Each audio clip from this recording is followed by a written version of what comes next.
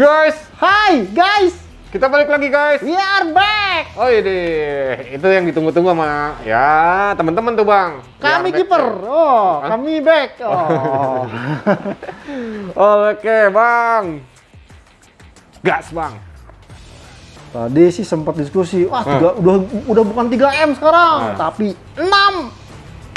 Itu dia. Itu teman-teman di ada teman di kolom komentar juga begitu bang. Jadi kalau saya sekarang udah bukan 3M lagi bang. Bukan 3M, 6M. Pakai masker, cuci tangan pakai hand sanitizer yang mengalir, jaga jarak, kurangi mobilitas, terus tidak boleh makan bareng.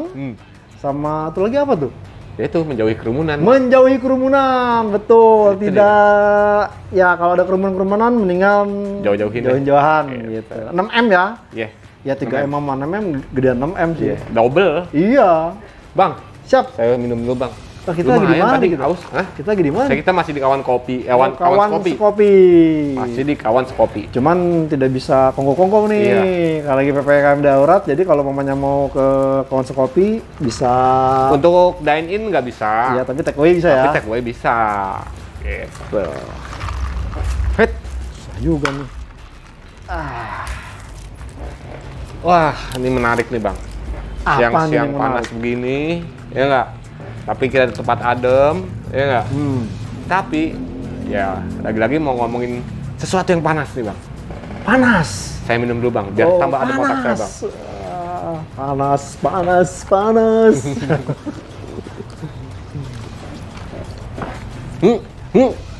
Apa nih yang paling panas nih?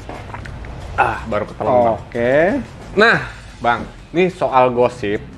Ya, bursa transfer nih bang. Bursa transfer untuk MotoGP 2022. 2022. Karena ya masih banyak spekulasi sih sebenarnya bang. Kayak salah satunya nih, Maverick Vinales. Ya kan bang? Ya kalau dari kita sih waktu itu sempat ngobrol ya bang. Ya. Ya, saya di video yang sebelumnya bahwa kemungkinan terbesar adalah Maverick Vinales Ke Aprilia. Ya enggak? Itu Karena bukan asal tebak atau asal prediksi, Ya. banyak faktornya itu.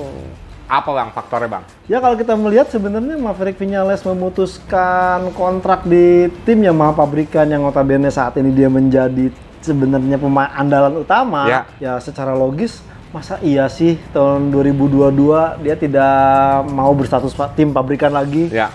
Dan satu hal kalau kita melihat debut dia tuh dari tim pabrikan, Semuanya pabrikan ya bang? pabrikan dan ya saya pikir harus pabrikan. Nah, Makanya. kenapa pabrikan yang saat ini paling kosong? Ya Aprilia. Aprilia. Satu itu, kedua mungkin setelah ketemu mesin inline dengan gaya balapnya yang katakanlah ya sempat disia-siakan, Ya, dia ingin agresifnya mencoba V4 Aprilia nih yang belakangan. Ya meskipun saya bilang motor separuh napas, tapi siapa tahu kayak dengan lagu bang, separuh napas. ya habis cuman kuat dari lap 1 sampai kalau balapan 30 nih. Ya paling 20 sampai 15. Oh 15. Dari 16 ke 30 ngos-ngosan gitu. Dan itu yang ketiga, dan yang berikutnya adalah bagaimana prestasi dia cukup bagus di Suzuki pada saat itu bersama dengan seorang Alex Espargaro. Nih, kenapa Alex Espargaro ini bagus? Secara mungkin dia bukan pembalap reguler yang istilahnya punya mental juara. Sebenarnya pengen juara tapi tidak punya mental juara. Kadang-kadang ya motornya bermasalah. Tapi kalau kita melihat seorang Alex Espargaro ini jangan dilupakan bahwa dia adalah pengembang motor yang bagus. Ya bagaimana waktu itu di Suzuki. Ya dia bersama dengan seorang Maverick Vinales memberikan kemenangan pertama bersama Suzuki, padahal pengembangan motornya waktu itu dari Alex Espargaro. Nah, bagaimana kemudian Alex Espargaro masuk ke Aprilia yang ribut tuh. Sempat barengan sama Andrea Iannone kan, di Suzuki juga ribut. Cuman sebenarnya kalau kita melihat memang insinyur Suzuki itu jauh lebih istilahnya bisa menerima masukan dan bisa mengerti apa yang diinginkan pengembangannya itu dari Alex Espargaro. Hal yang serupa kemudian kejadian di Aprilia yang sampai ribut kan, ribut-ribut di awal-awal sampai kemudian antara Andrea Iannone dengan Espargaro sampai akhirnya Iannone terkena kasus kan.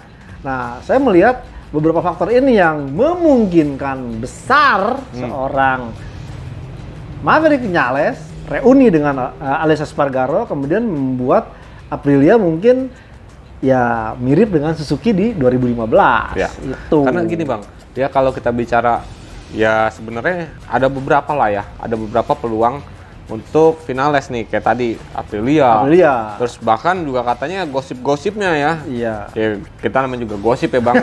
Nggak tahu bener nggak tahu enggak kan. Finales bakal tukeran sama Joan Mir. Ya enggak, Joan Mir ke Yamaha bareng sama Quartararo. Seolah-olah menjadi rekan tim gitu kan. Kayak dulu di Leopard ya kan. Nah, terus udah gitu ya finalesnya ke Suzuki gitu kan. Iya. Nah, itu satu. Terus ada lagi finales bakal ke Ducati bareng sama Aramco. Betul. Ya nggak? Nah, ini Aramco juga menjadi menarik. Nanti kita bahas lagi Bang, Aramco. Nah, ya seenggaknya bersama Ducati nih di Aramco misalnya gitu kan. Nah, sementara Aramco-nya sendiri, bukan Aramco sih maksudnya, maaf ya guys. Tapi Ducatinya. Iya, Ducatinya sendiri. Ducatinya Bang ya. Ducatinya Tardozzi, ya kan? Davide Tardozzi ini udah yang lempar omongan nih. Ya nggak? Bahwa kayaknya kalau untuk merekrut pembalap lain dari yang sebenarnya udah berapa tuh Bang? Udah 6 ya? 6 plus 1 Luca Marini kan? Luca Marini, betul, 7 terus si siapa namanya? Fabio Giannonio. Nah, dia gitu kan? Kayaknya udah cukup. Betul. Kita udah ya istilahnya udah puas lah. Betul. Dengan ya banyak talenta pembalap muda nih. Iya, ya setuju. Jadi kalau untuk finales justru dia mendoakan kalau finales itu seenggaknya bisa mendapatkan pabrikan yang bagus. Iya. Ya nggak Bang? Sebenarnya sih itu kode. Jadi sebenarnya kan kalau mamanya kita mau jujur saat dia Vinales memperpanjang kontrak di 2019 itu kan Ducati kan udah kepengen. Bolet banget. Iya, tapi Vinalesnya ya nggak mau. Iya, nggak mau langsung terima kontrak Yamaha hingga 2022 sampai akhirnya kan ternyata begitulah kejadiannya putus kontrak tengah jalan. Itu untuk Ducati artinya agak sulit nih buat Maverick Vinales untuk ke Ducati. Nah untuk ke Suzuki, ini kan gara-gara instastory-nya Joan Mir kan. Wah kita Steve lagi nih. Itu dia. Sampai dibalas lagi oleh Fabio Quartararo, ya kenapa enggak? Ya namanya juga kan hanya sebatas guyonan antara pembalap yang dulu sempat bersama. Tapi kalau kita melihat runutannya, Suzuki tetap mempertahankan duet kombinasi Joan Mir dengan Alex Rins sampai 2022 dan bahkan pada saat dipertanyakan kontraknya Joan Mir itu dengan tegas-tegas lihat dulu musim ini karena kalau musim ini bagus ya saya tidak akan kemana-mana karena Suzuki udah membuktikan dan artinya membawa dia menjadi juara dunia di tahun 2020 kemarin jadi praktis yang 2022 ini kan Suzuki udah komplit nih agak sulit kecuali nih Joan Mir iya berani mungkin oke dah gue putus kontrak berani nggak bayar kompensasinya kan cukup besar itu dia ya seenggaknya beberapa faktor itu menjadi alasan ya kenapa sih Vinales nggak ke Aprilia aja gitu kan yang tadi Bang Joni udah bilang kan semuanya itu dan kemudian kalau umpamanya katakanlah Vinales ke Suzuki lah dulu waktu lu ke Yamaha kan sebenarnya ya kita nggak pengen gitu cuman sampai ya santer juga ya karena bayarannya mahal lah apalah karena Yamaha ini ternyata pas di Yamaha begitu ya Pak Suzuki nggak mau deh. Kemarin kita minta baik-baik untuk bertahan di Suzuki, kita berjuang bersama-sama. Vinales waktu itu memutuskan untuk pergi. Jadi mana ia mau nerima lagi, kecuali ya katakanlah memang ada hal yang spesial. Katakanlah Joan Mir benar-benar mengambil keputusan. Ya deh kita putus ya artinya sama-sama memberikan statement bahwa dia putus kontrak dengan Suzuki. Asal win-win solution nih. Betul. Gitu. Tapi kalau bagi gue ya Bang, ketika Joan Mir harus pindah ke Yamaha, kalau gue sih sulit. Enggak lah. Iya. Bukan maksud artinya gini. Kalau gue jadi Joan Mir, gue nggak akan ke Yamaha. Iyalah. Gue akan tetap ke Suzuki. Betul. Suzuki udah ngasih gue, ya itu dia. Itu. Gelar juara dunia. Setuju. Tinggal gue kembangin lagi gimana caranya, ya seolah-olah gue jadi Suzuki man nih. Iya. Enggak. Betul. Kayak Rossi kan Yamaha man kan. Betul. Tapi kalau untuk gue, Joan Mir misalnya gitu ya, gue akan menjadi Suzuki man. Artinya Joan Mir akan istilahnya mengikuti durasi kontrak yang sudah ditandatanganinya. Mungkin lain cerita pada saat 2003 nanti. Ya. 2023? Iya. Bukan 2003? 2023, iya. Kelewatan duanya ya, sorry guys. Oke, nah tapi nih Bang. Ya. Lagi nih. Oke. Dengan ya isunya Vinales lagi. Betul. Kesempatan untuk Andrea Dovizioso nih Bang. Gimana nih Bang? Betul, ya betul.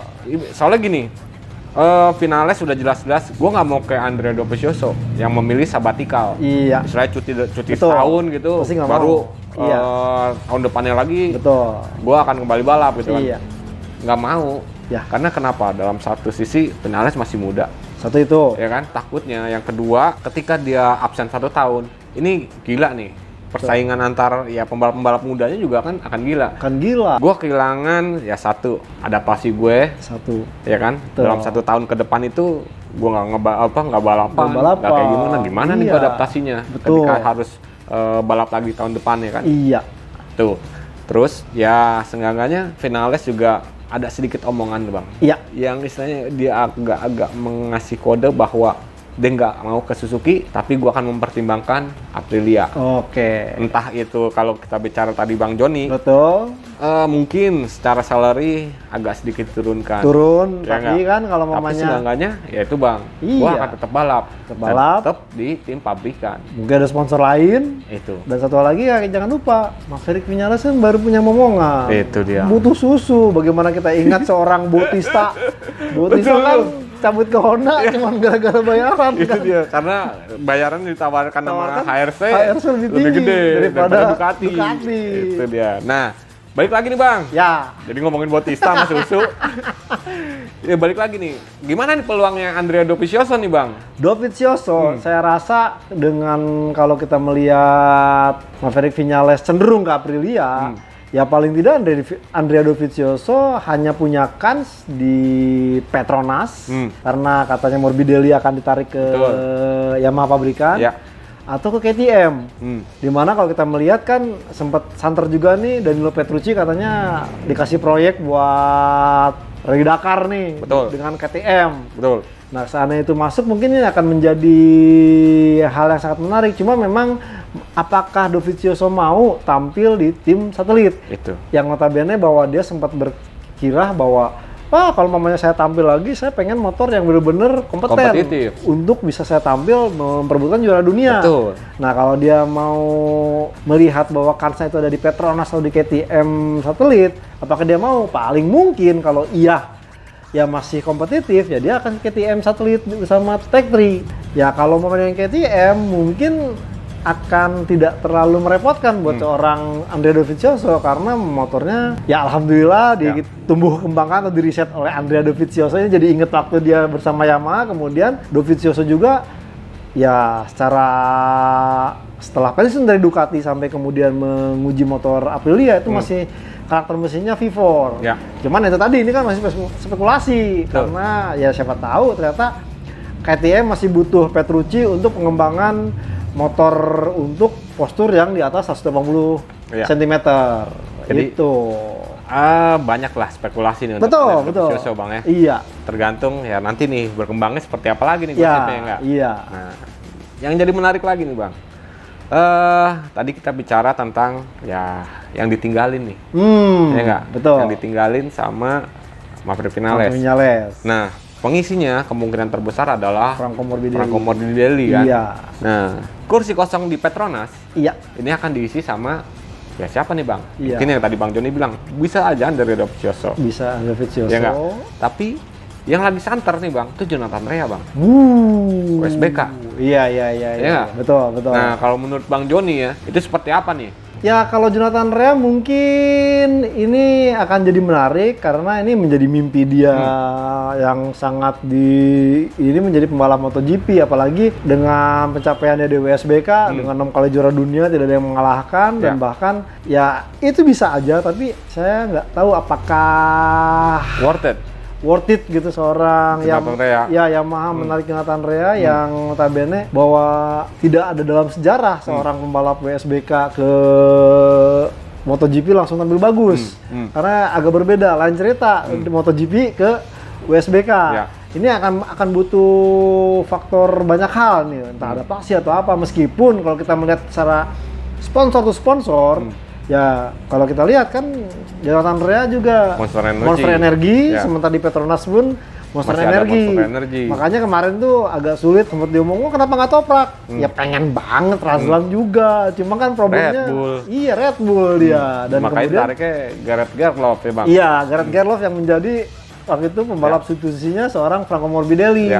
Nah, memang nih, tapi ada juga kemungkinan seandainya nih Valentino Rossi bisa tampil bagus di paruh musim kedua, karena ada beberapa ronde nanti di Misano mungkin dia bisa berbuat lebih banyak, kemudian nanti juga ada Sepang Malaysia kalau mamanya jadi. Ya paling tidak itu di Razan Razali dia tetap memberi kesempatan kepada Valentino Rossi dan dia tetap akan menunggu.